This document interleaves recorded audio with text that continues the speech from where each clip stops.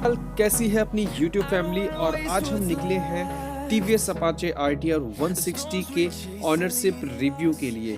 तो देखिए कैसा होने वाला है रिव्यू। लेकिन उससे पहले हम डलवाते हैं अपनी बाइक में पेट्रोल, बिकॉज पेट्रोल बिल्कुल ख़त्म हो चुका था। तो मैं इंतज़ार करता हूँ कि कब संडे आएगा और कब मैं इस वाले सीन को आपको दिखा पाऊँ कि हाँ भाई अपन लोगों के पास भी पैसा है और अपन लोग भी 4-4 5-5 लीटर पेट्रोल एक बार में डलवाता है।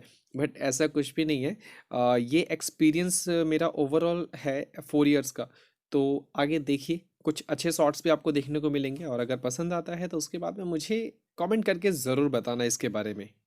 तो ग्रेमा हो गई है खुश और भर गया है पेट ग्रेमा का लगभग 4 लीटर से। तो अब चलते हैं अपने रिव्यू की तरफ। I don't wanna waste what's left. The storms we chase are leading us, and love is all we'll ever trust.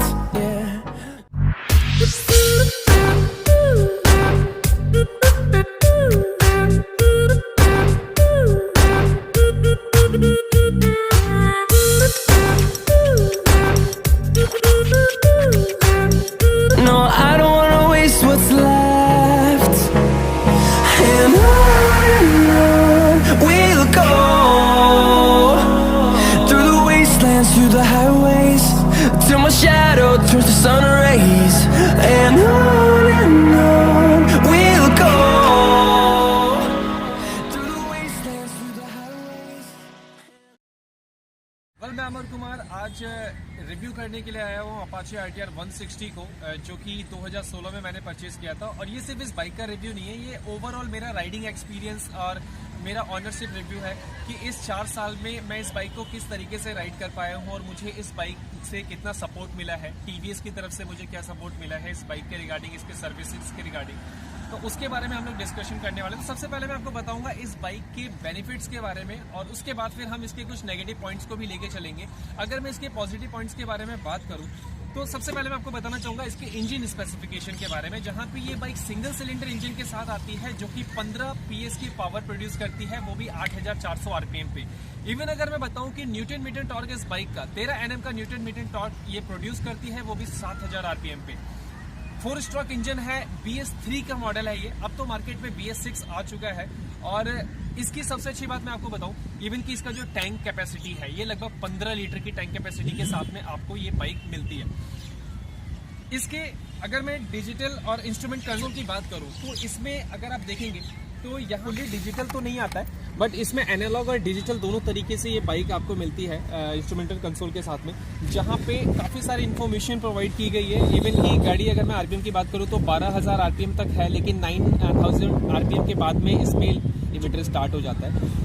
और अगर मैं बात करूँ डिजिटली तो जहाँ पे आपको स्पीडोमीटर मिलता है, साथ में यहाँ पे आपको कितना फ्यूल आपका बचा हुआ है, फ्यूल कैपेसिटी आपको शो करता है। प्लस आप यहाँ पे देख सकते हैं मेरा ओडो जो कि 44,377 किलोमीटर चल चुकी है, साथ में आपको टाइम शो करता है।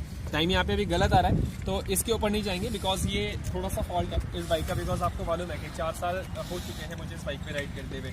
इवन कि अगर मैं बताऊँ कि जब से मैं इस बाइक को राइड कर रहा हूँ तो परफॉर्मेंस वाइज मुझे बाइक बहुत अच्छी लगी है, लेकिन इसमें जो एक कमी मुझे आज तक नजर आती रही है वो है इसके वाइब्रेशन में। मतलब इस बाइक में सबसे ज्यादा कमी जो मुझे नजर आती है वो है इसका वाइब्रेशन। आप बाइक को अगर आप लोअर RPM पे भी बाइक को चला रहे हैं तो भी आपको वाइब्रेशन मिलेगा, अगर आप इसको हायर RPM पे भी चला रहे हैं तो भी आपको वाइब्रेशन मिलेगा। इवन कुछ ही पॉइंट्स ऐसे नजर आएंगे जहाँ पे इस बाइक में वाइब्रेशन नहीं होता है।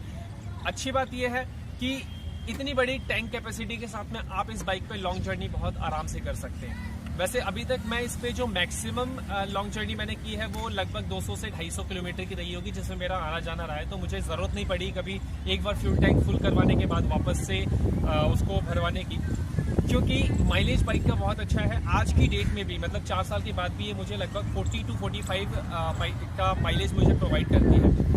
टॉप स्पीड की बात करूँ तो वो मैं आपको कवर भी करके दिखाऊंगा। इवन कि अगर इस बाइक से जो मैक्सिमम टॉप स्पीड मैंने अचीव किया है वो 129 किलोमीटर पर आवर है, और अभी भी बाइक जो है 120 बहुत आराम से अचीव कर लेती है। तो ये मेरा बाइक रिव्यू था TVS Apache RTR 160 के बारे में। वैसे जो मैं बताना चाह रहा था आपको कि कंपनी का सपोर्ट, इवन TVS से अदिति से मैंने इस बाइक को परचेज किया।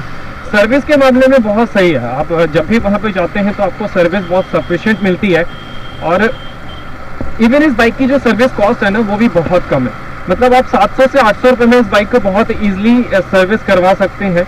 वैसे जब आपके ये पैड खत्म हो जाते हैं फ्रंट और बैक के, तो उसके लिए आपको चार्जेस पे करने पड़ सकते हैं। इवन कि इंजन ऑयल का खर्च ज़्यादा नहीं है, मतलब 600 से 700 रुपये आप उसका मान सकते हो। और उसके बाद में अगर मैं फ्रंट और पीछे के डिस्क पैड की बात करूँ तो वो भी लगभग 600 से 700 रुपये में आपको मिल जाता है दोनों कंप्लीट। तो उसके साथ ही आपकी बाइक में अगर कोई एक्स्ट्रा खर्चा आ रहा है तो वो एक अलग चीज़ है, अदरवाइज आज जो इसकी सर्विसिंग है वो बहुत ही नॉर्मल कॉस्ट के साथ में कंप्लीट हो जाती है। बाइक की हैंडलिंग बहुत ऑसम है, और जो कि मैं आपको बता चुका हूँ, इवन कि जब मैं इसको राइड करता हूँ तो मेरे लिए गाड़ी को टर्न कर पाना बहुत इजी होता है। ऐसा कभी मुझे फील नहीं हुआ कि बाइक बहुत ज़्यादा हार्ड चल रही है। टाइमली सर्विसेज करवाते रहना किसी भी बाइक का बहुत ज़्यादा ज़रूरी होता है। अगर आप टाइमली सर्विस नहीं करवा रहे अपनी बाइक का तो फिर वो आपके लिए थोड़ी सी मुसीबत वाली बात हो सकती है। वैसे एक चीज़ मैं बताना चाहूँगा कि साइड मिरर जो है अब वो बहुत इंपॉर्टेंट हो गए हैं किसी भी बाइक के लिए। अगर आप अपने साइड मिरर को अपने साथ नहीं रख रहे हैं, आपकी बाइक में अगर साइड मिरर नहीं रखे हुए, तो मे बी कि आपका चालान हो सकता है 500 रुपीज़ का। तो ये आपको बहुत हेल्प भी करता है। आप जब पीछे कभी देखना होता है कि आपके आसपास से कौन सी गाड़ी आ रही है, कौन सी गाड़ी नहीं आ रही है, आपको जब टर्न लेना होता है, तो ये आपको बहुत हेल्प करता है। तो प्लीज़ अपनी गाड़ी में साइड मिरर लगा के रखें, उसको निकालने की ज़रूरत नहीं है। बिकॉज हो सकता है कि आपको आपकी गाड़ी फैशनेबल लग रही हो मिरर निकालने के बाद में, लेकिन अगर आपके साथ कोई दुर्घटना हो जाती है तो वो बहुत गलत होगा। तो बात कर रहे थे टीवीएस अपाचे आरटीआर 160 के बारे में। तो हैंडलिंग बहुत अच्छी है। प्रॉब्लम सिर्फ एक होती है कि जब गाड़ी पंचर हो जाती है तो वो तो कोई सा भी टायर आप यूज़ कर लो यार, वो पंचर होना ही होना है। बट ये बेनिफिट है कि इसमें ट्यूबलेस टायर आते हैं तो आप उसको बहुत ही ईजिली रिपेयर कर सकते हो, इवन खुद से भी रिपेयर कर सकते हो। अगर आप बाहर से रिपेयर करवाने के लिए जा रहे हो तो इसके लिए कॉस्टिंग आपको 50 रुपीज़ पर पंचर देना पड़ सकता है, लेकिन एक छोटी सी किट आती है, आप उसको यूज़ कर सकते हो इसके साथ में। बट एक चीज़ है कि जब तक इस गाड़ी में मैंने कभी इसको रिजर्व में आज तक लगने नहीं दिया है, ठीक है, और जैसे रिजर्व में लगती है तो मुझे पेट्रोल डलवाना ही डलवाना है। तो गाड़ी बहुत स्मूथ और बहुत अच्छे से चलती रही है, और टाइमली सर्विस जब तक इसको मिलती रहेगी, जब तक मिलती रहेगी तब तक ये बहुत अच्छा रिस्पॉन्स करती रहेगी। इवन खास करके अगर मैं इस ग्रेमा की बात करूँ तो मैंने बताया ना आपको कि इस बाइक ने मुझे कभी धोखा नहीं दिया। तो बहुत खुश हूँ मैं टीवीएस की अपाचे 160 के साथ में। बट नेक्स्ट अगर मैं प्लान कर रहा हूँ जो अपनी बाइक को, तो वो मे बी कि वो सुजुकी जिक्सर 250 ऐसा हो सकती है, और या फिर मैं किसी और ब्रांड के साथ में जाना पसंद करूँगा, जस्ट लाइक कि हस्कवर्ना वेटलिंग जो है मैं उसके साथ भी जा सकता हूँ 250 सीसी, क्योंकि मेरा नेक्स्ट मोटिव ही 250 सीसी का है। तो अब हम आ गए हैं NH की तरफ, और इसमें मैं इसका जो स्पीड टेस्ट है वो करने वाला हूँ कि बाइक का ओवरऑल पिकअप और उसके बाद में क्या ये स्पीड टेस्ट दे रही है। तो हम गियर पे भी चेक करेंगे, ठीक है, कि फर्स्ट गियर में क्या स्पीड दे रही है, सेकंड में क्या स्पीड दे रही है। तो लेट्स स्टार्ट। तो सेंटर वाली लेन से चलेंगे, आगे चल के चेंज कर लेंगे इसको फिर वापसी के टाइम पे।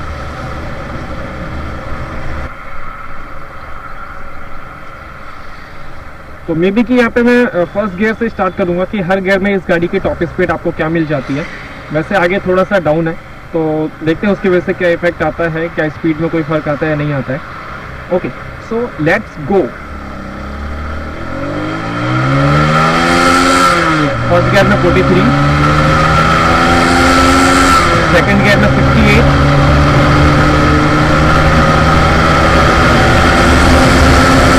थर्ड गियर में 94,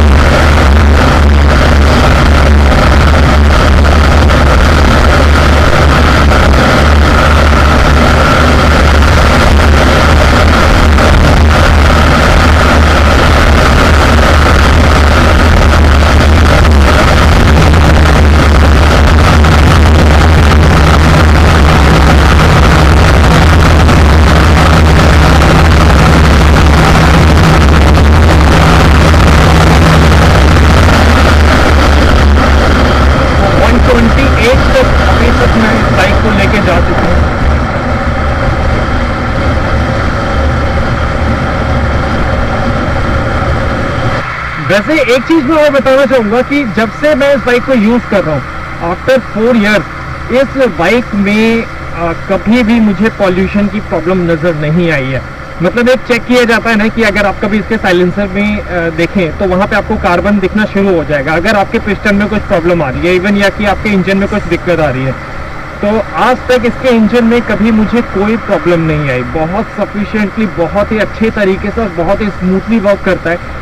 जो प्रॉब्लम है वो मैं आपके साथ में डिस्कस कर चुका हूँ कि वाइब्रेशन का इशू आता है, और वाइब्रेशन फ्रंट से स्टार्ट होकर आपके हैंडल तक आपको फील होगा, इवन कि आपके पैरों तक भी। तो पीछे जो बैठा हुआ आपका पिलियन, उसके फुट रेस्ट पे तो जो वाइब्रेशन का असर है वो बहुत ज़्यादा नज़र आता है। बल्कि अगर एक बात और मैं आपके साथ में शेयर करना चाहूँगा कि जब इस बाइक में मुझे जो इसके साथ बैटरी आई थी वो एक्साइड की बैटरी थी, और उसके साथ मेरा जो एक्सपीरियंस है वो काफ़ी अच्छा है। इवन कि लगभग 2 साल तक मुझे कोई इशू नहीं आया था इस बाइक पे एक्साइड को यूज़ करते हुए। 2 से 2.5 साल तक मुझे कोई भी प्रॉब्लम नहीं आया था। जब उसके बाद फिर मैंने इसमें एमेरॉन की बैटरी यूज़ की। एमेरॉन की बैटरी में लगभग 6 महीने के बाद ही अगर आप इसका इंडिकेटर आप अगर यूज़ कर रहे हो, इंडिकेटर के साथ में अगर आप हॉर्न यूज़ करोगे तो डेफिनेटली ना आपको ना एक हल्का सा हॉर्न में डाउन सुनाई देगा, मतलब उसकी आवाज़ हल्की सी दब सी जाती थी। तो ये एमेरॉन के साथ मुझे बड़ी प्रॉब्लम नज़र आई। तो इवन कि मैं अपने लिए तो पर्सनली अब जो मैं बैटरी यूज़ करूँगा अपनी बाइक में, मैं वो बिल्कुल भी एमेरॉन को तो यूज़ नहीं करने वाला हूँ। मैं वापस से एक्साइड को ही यूज़ करूँगा। और मुझे ऐसा लगता है कि अभी तक मेरे अकॉर्डिंग ये मेरा पर्सनल रिव्यू है कि बेस्ट बैटरी है किसी भी बाइक को यूज़ करने के लिए। बाकी आप सब आपके अपने रिव्यूज़ होंगे तो आप उसको अपने अकॉर्डिंग आप मुझे कमेंट बॉक्स में बता सकते हो कि आपकी बाइक में कौन सी बैटरी है और आप उसके साथ में क्या आपका एक्सपीरियंस रहा था। वेल, इसके साथ मैंने इस बाइक को परचेज़ किया था 2016 में, तो इसमें LED उस टाइम पे इतने ज़्यादा मार्केट में यूज़ नहीं था, तो इस वजह से इसमें हैलोजन का यूज़ किया गया है। और सेम मॉडल में जो भी आज की डेट में जो बाइक्स आ रही हैं, तो ये तो कार्बोरेटर यूज़ में आई थी, मतलब इसके अंदर जो टेक्नोलॉजी यूज़ की गई है वो कार्बोरेटर है। बट अभी जितनी भी बाइक्स आ रही हैं 150 सीसी से ऊपर, तो मैं देख के आया था 160 अपाचे RTR, उसमें फ्यूल इंजेक्शन यूज़ किया गया है, जो कि आपको बहुत ही अच्छा मतलब एक अच्छी एवरेज भी देता है, अच्छी परफॉर्मेंस भी बाइक की होती है, क्योंकि टेक्नोलॉजी में कहीं ना कहीं फ़र्क आ जाता है। और सबसे बड़ी प्रॉब्लम मैं अगर आपको कार्बोरेटर की बताऊं तो ठंड में इसको स्टार्ट करने में बहुत दिक्कत आती है। इवन अगर आपकी बाइक में मतलब जितने भी लोग हैं, जैसे कि जो 180 पल्सर 180 यूज़ कर रहे होंगे या फिर जो 160 यूज़ कर रहे होंगे, और जिसमें किक नहीं है, जिनकी बाइक्स में किक ऑप्शन नहीं दिया गया है, और अगर उनका इंजन कार्बोरेटर है तो डेफिनेटली उनको ठंड में बहुत प्रॉब्लम होती होगी अपनी बाइक को स्टार्ट करने में। तो ये थोड़ा सा कहीं ना कहीं एक नेगेटिव पॉइंट है। बट अभी तो TVS ने उसको चेंज कर दिया है, उसमें फ्यूल इंजेक्शन आने लग गया है। ये बाइक नॉन ABS है, इसमें ABS का भी ऑप्शन नहीं था 2016 में, बट अब आपको फ्रंट में सिंगल चैनल ABS देखने को मिल जाता है, जो कि बहुत फ़ायदेमंद है किसी भी बाइक के लिए। और गवर्नमेंट ऑफ इंडिया ने अब मैंडेटरी कर दिया है कि 150 सीसी से ऊपर जितनी भी बाइक्स आएंगी उनमें आपको ABS देखने को मिलेगा ही मिलेगा। तो इतनी ज़्यादा पावर नहीं है इस बाइक में, इस वजह से single channel ABS is sufficient for this. But अगर मैं बात करूं जैसे कि MT मार्केट में आती है, MT1 जो 15 है, ठीक है, उसमें सिंगल चैनल ABS मतलब समझ में नहीं आता। उसमें तो एटलीस्ट आपको डबल चैनल ABS का यूज़ करना चाहिए था। इवन की जो पल्सर RS 200 आती है वो भी आपको सिंगल चैनल के साथ आती है, सिंगल चैनल ABS के साथ में, तो वो गाड़ी भी काफ़ी पावरफुल है, तो उसमें भी ड्यूल चैनल ABS यूज़ किया जा सकता था फ्रंट और बैक में। खैर, हम यहाँ पे किसी और बाइक की बात नहीं कर रहे हैं, हम यहाँ पे इसकी बात कर रहे हैं। तो इसके ऊपर मैं प्लान कर रहा हूँ, जैसा कि आपको सभी को पता है, मार्च में मेरा ट्रिप है जो कि लगभग 4000 किलोमीटर का होने वाला है। 12 दिन मुझे ट्रैवल करना है, तो उसके अकॉर्डिंग मुझे इसकी दोबारा से सर्विसिंग करवाने की ज़रूरत पड़ेगी, अदरवाइज़ बहुत मुश्किल होने वाली है, क्योंकि अभी तक तो इसमें कोई भी प्रॉब्लम नहीं आई। बट फिर भी मुझे अभी डर लग रहा है कि पता नहीं आगे चल के कहीं ये कोई इशू ना खड़ा कर दे, और अगर ये इशू बीच रास्ते में हुआ तो मेरे लिए बहुत ज़्यादा दिक्कत होने वाली है। तो इस वजह से मैं सोच रहा हूँ कि इसको एक अच्छी सर्विस के बाद ही मैं कहीं पे बाहर लेके जाऊँगा। और ये मेरा सजेशन भी आप सभी को कि अगर आप भी कहीं आउटिंग पे जा रहे हैं, इवन कि अगर 500-600 किलोमीटर पे भी जा रहे हैं, तो अपनी गाड़ी के इग्निशन को, इलेक्ट्रॉनिक्स को, सभी को अच्छे तरीके से चेक कर लें, ताकि आगे चल के आपको कोई भी प्रॉब्लम का सामना ना करना पड़े।